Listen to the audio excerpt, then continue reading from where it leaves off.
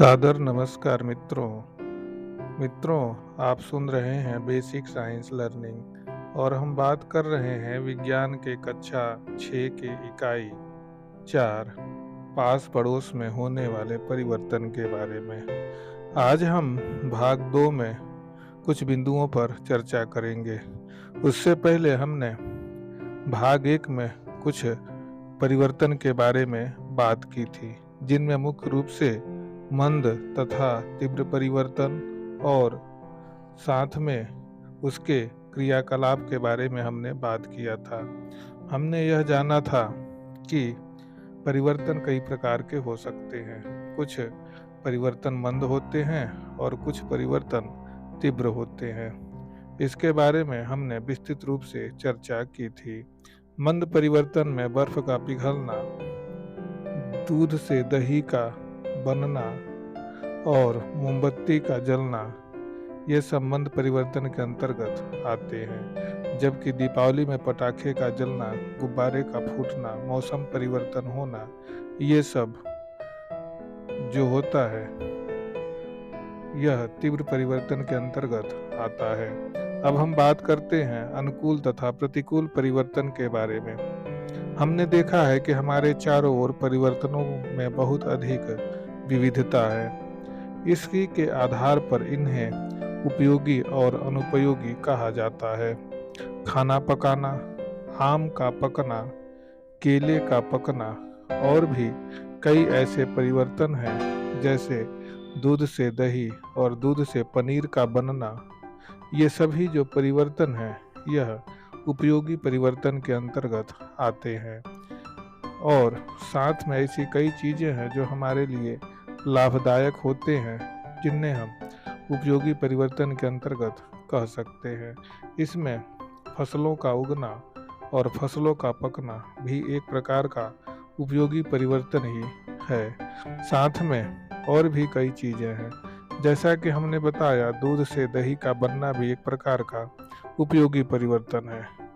जबकि ऐसे कई परिवर्तन हैं, जैसे रोटी में फफूंद का लगना, दूध का फटना और लोहे में जंग लगना, ये सब जो परिवर्तन होते हैं उन्हें अनुपयोगी परिवर्तन के अंतर्गत कहा जाता है। जैसे हम कह सकते हैं कि जंग लगना हमारे लिए हानिकारक है। इसमें कई अधिक मात्रा में लोहा बर्बाद हो जाता है। तो उपयोगी तथा लाभदायक परिवर्तन जो होते हैं वह हमारे अनुकूल होते हैं, इसलिए हम इन्हें अनुकूल परिवर्तन कहते हैं। जबकि यदि जो परिवर्तन हानिकारक होते हैं, जैसे रोटी में फफूंद का लगना, दूध का फटना, लोहे में जंग लगना, ये सब अनुपयोगी तथा हानिकारक परिवर्तन होते हैं, जिन्हें हम प्रतिकूल परिवर्तन भी कहते हैं। एक ही परिवर्तन कभी अनुकूल तो कभी प्रतिकूल हो सकता है। जैसे फसल तैयार होते समय वर्षा का होना, यह एक प्रकार का प्रतिकूल परिवर्तन है। जबकि परंतु फसल पक जाने पर बादलों का बरसना, ये भी प्रतिकूल परिवर्तन है। इसी प्रकार जैसे ही हम यदि मौसम की बात करें, तो ये सब परिवर्तन जो होते हैं वह नियमित परिवर्तन के अंतर्गत आते हैं। तो अब हम नियमित और अनियमित परिवर्तन के बारे में बात करेंगे। जैसे हम जानते हैं कि हमारी सृष्टि में कई प्रकार के परिवर्तन होते रहते हैं।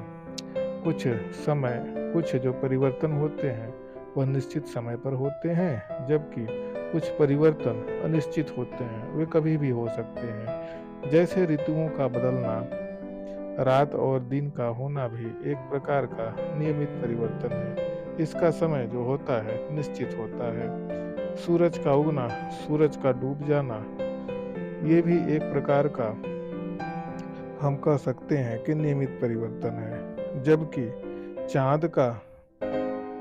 चांद की कलाओं का बढ़ना और घटना भी एक प्रकार का नियमित परिवर्तन है। वहीं सूखा, वर्षा का होना, आंधी, तूफान, बाढ़, सूखा आदि जितने भी परिवर्तन होते हैं, जैसे भूकंप, सुनामी का आना, और ज्वालामुखी का फूटना, ये सभी जो परिवर्तन है वह एक प्रकार के अनियमित परिवर्तन है। तो इस आधार पर हम कह सकते हैं कि जो भी आंधी तूफान बाढ़ सूखा भूकंप सुनामी एक प्रकार के बहुत ही हानिकारक परिवर्तन है जो बहुत सारे नुकसान पहुंचा जाते हैं, जिसमें हम कह सकते हैं कि चाहे मानवीय नुकसान हो या प्राकृतिक नुकसान हो, हर तरह का नुकसान इन परिवर्तनों के कारण होता है। यदि ज्वालामुखी फूट जाए तो ज्वालामुखी से पूरी तरह से जो अगल बगल की जो जगह होते हैं वो पूरी तरह से बादलों से घिर जाते हैं, जिससे वहाँ सूरज का दिखना मुश्किल हो जाता है। इस प्रकार ये सभी परिवर्तन जो होते हैं वह अनियमित होते हैं।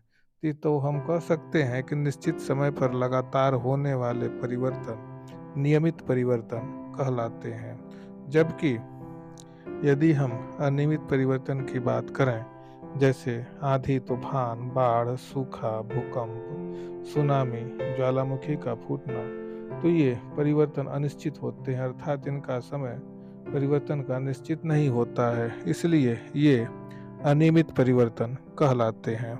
तो इस प्रकार कई प्रकार के जो परिवर्तन है ये अलग अलग समय पर होते रहते हैं। तो हम कह सकते हैं कि ये सब परिवर्तन नियमित और अनियमित दोनों प्रकार के होते हैं। अब हम बात करते हैं प्रत्यावर्तित तथा अप्रत्यावर्तित परिवर्तन के बारे में। प्रत्यावर्तित परिवर्तन, जिसे हम उत्क्रमणीय परिवर्तन कहते हैं, तथा अप्रत्यावर्तित परिवर्तन, जिसे हम अनुत्क्रमणीय परिवर्तन कहते हैं। यदि हम एक गुब्बारा लें और उसे सावधानी पूर्वक फुलाएं जिससे कि वह फट न जाए, तो हम देखते हैं कि गुब्बारा फूलकर बड़ा हो जाता है। अब इसकी हवा निकाल दें तो फिर वह पुरानी अवस्था में आ जाता है। गुब्बारे का फूलना एवं हवा निकाल देने पर पुनः अपनी पहली स्थिति में आ जाना एक प्रकार का अप्रत्यावर्तित परिवर्तन अर्थात उत्क्रमणीय परिवर्तन कहते हैं, जिसे हम रिवर्सिबल चेंजेस के नाम से भी जानते हैं। इसी प्रकार ऐसे कई उदाहरण हैं जो प्रत्यावर्तित या उत्क्रमणीय परिवर्तन के अंतर्गत हम उन्हें रखते हैं। जैसे गूथा हुआ आटा लेकर जब हम उसकी लोई बनाते हैं और लोई से एक रोटी बेलते हैं, और यदि रोटी के आकार से आप असंतुष्ट होते हैं तो पुनः जो लोई को हम क्या करते हैं, उसे खराब कर देते हैं और उससे पुनः हम लोई बना देते हैं। इस प्रकार हम कह सकते हैं कि जो आटे की जो गूथा आटा जो है, जब हम लोई बनाते हैं तो आटा गूंथने के लिए हमको पानी और आटा लेकर के जब हम गूंथते हैं, गूंथने के बाद लोई बनाकर जब रोटी बेलते हैं तो रोटी का आकार, हमको यह उम्मीद होता है कि रोटी का आकार गोल हो। यदि वह रोटी का आकार गोल नहीं होता है तो पुनः हम उसे अन्य बना करके पुनः लोई हम पुनः गोल आकार दे सकते हैं। तो यह आटे से लोई का बनना भी एक प्रकार का प्रत्यावर्तित परिवर्तन है, अर्थात ऐसे परिवर्तन जिसमें परिस्थितियां उलट देने पर पदार्थ वापस अपनी पूर्व अवस्था में आ जाते हैं, उन्हें प्रत्यावर्तित परिवर्तन कहते हैं। जैसे रबर बैंड या स्प्रिंग को खींचना और उसे खींचकर छोड़ देना, ये सभी परिवर्तन प्रत्यावर्तित या उत्क्रमणीय परिवर्तन के अंतर्गत आते हैं। अब हम आगे एक अन्य परिवर्तन के बारे में बात करते हैं, जिन्हें हम अनुत्क्रमणीय परिवर्तन या अप्रत्यावर्तित परिवर्तन के बारे में अप्रत्यावर्तित परिवर्तन कह सकते हैं। जब हम आटे की लोई से बेली हुई कच्ची रोटी को तवे पर सेक देते हैं तो वह रोटी पक्की बन जाती है, और वह क्या तो उसके बाद यदि हम रोटी को पुनः आटे में बदलने के लिए चाहें तो वह कभी नहीं बदल पाएगा, क्योंकि जब रोटी बनने के बाद आटे से पुनः लोई बना करके रोटी का बनना एक प्रकार का रासायनिक परिवर्तन हो गया, तो उसे हम पुनः वापस लोई नहीं बना सकते हैं। इसी प्रकार दूध से बने दही को पुनः दूध में नहीं बदला जा सकता है। इस प्रकार कई ऐसे परिवर्तन हैं जो एक अवस्था से दूसरी अवस्था में जाने के बाद पुनः अपनी अवस्था में उन्हें नहीं लाया जा सकता है। जैसे दूध को दही बनाने पर पुनः दही से दूध नहीं बन सकता, उसी प्रकार आटे की लोई से रोटी बना दिया जाए और उसे सेक दिया जाए तो पुनः हम उसे आटा नहीं बना सकते। ये सभी जो परिवर्तन होते हैं वे अनुक्रमणीय परिवर्तन कहलाते हैं। जैसे ऐसे परिवर्तन जिनमें पदार्थ पुनः अपनी पूर्व अवस्था में नहीं लाया जा सकता है अप्रत्यावर्तित परिवर्तन कहलाता है। जैसे दूध से दही का बनना, मोमबत्ती का जलना, धूप बत्ती का जलना, ये सभी जो परिवर्तन होते हैं वह अनुक्रमणीय परिवर्तन या अप्रत्यावर्तित परिवर्तन के अंतर्गत आते हैं। जैसा कि हमने बताया कि दूध से दही का बनना, मोमबत्ती का जलना, इसी प्रकार हम कह सकते हैं कि धूप बत्ती का जलना भी या माचिस की तीली का जलना, ये सभी जो परिवर्तन होते हैं वे अनुक्रमणीय या अप्रत्यावर्तित परिवर्तन के अंतर्गत आते हैं, जिसे हम इरिवर्सिबल चेंजेस भी कहते हैं।